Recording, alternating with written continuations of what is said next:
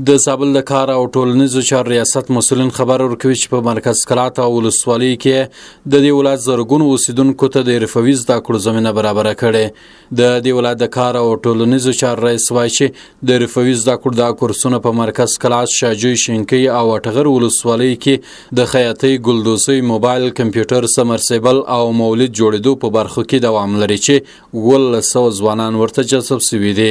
نوموړی زیاتوي چې د حرفوي زده کړو دا کورسونه د WFP یا د خوړو د نړیوال پروګرام په مرسته راپیل کړي چې په میاشتانه ډول باندې هر زده کوونکي ته 6400 افغانۍ هم ورکول کیږي او 6 میاشتې دوام لري.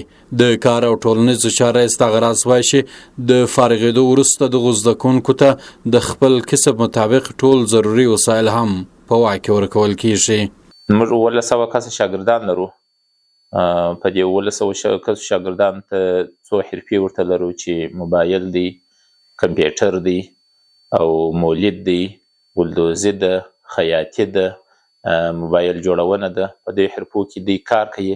په دې حرفو کې میاشتنی معاش هم ورکول کیږي چې تقریبا په نفر باندې 6400 افغانۍ هم دی ته ورکول کیږي چې هغه دی خپل د کور ګزاره او یو دغه ساعته پر برابروي چې دی دغه کسبونه زده کوي.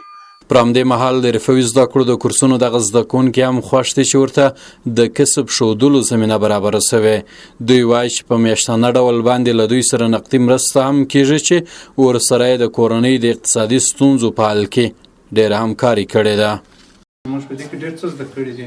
موږ د کور دغه سرپرست وو. هلته موږ ته په دا حرفه کې 6400 افغانۍ هم راکوي.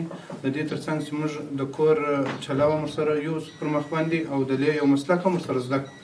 نو په دې خاطر موږ د راځو چې په آینده کې له ځانه سره دا ولرو چې موږ کولی شو په بازار کې بل مسلک وکړو، بیا د دې جوګه نه شو چې موږ بل ځای په تکلیف کې یم. موږ ډېر خوشحاله د حرفوي زده کړو له مشرانو د دفتر څخه چې موږ ته ډېر ځوانان دلته پر کار کړي دي. د موبایلو پروګرام ده ډېر څه مو زده کړي دي. له استاد څخه هم خوشحاله یو او انشاءالله موږ به د ټولنې لپاره خدمت هم کوو. په موسسې څخه ماشاءالله ډېر خوشحاله چې باید نور دغسې موسسې وي، نور داسې کارونه په لاره واچي دغه ته وطنوالو ته خدمت وکړي. بس هرې موسسې څخه موږ ډېر غوښتنه کوو چې بس داسې صنفونه برابر کړي.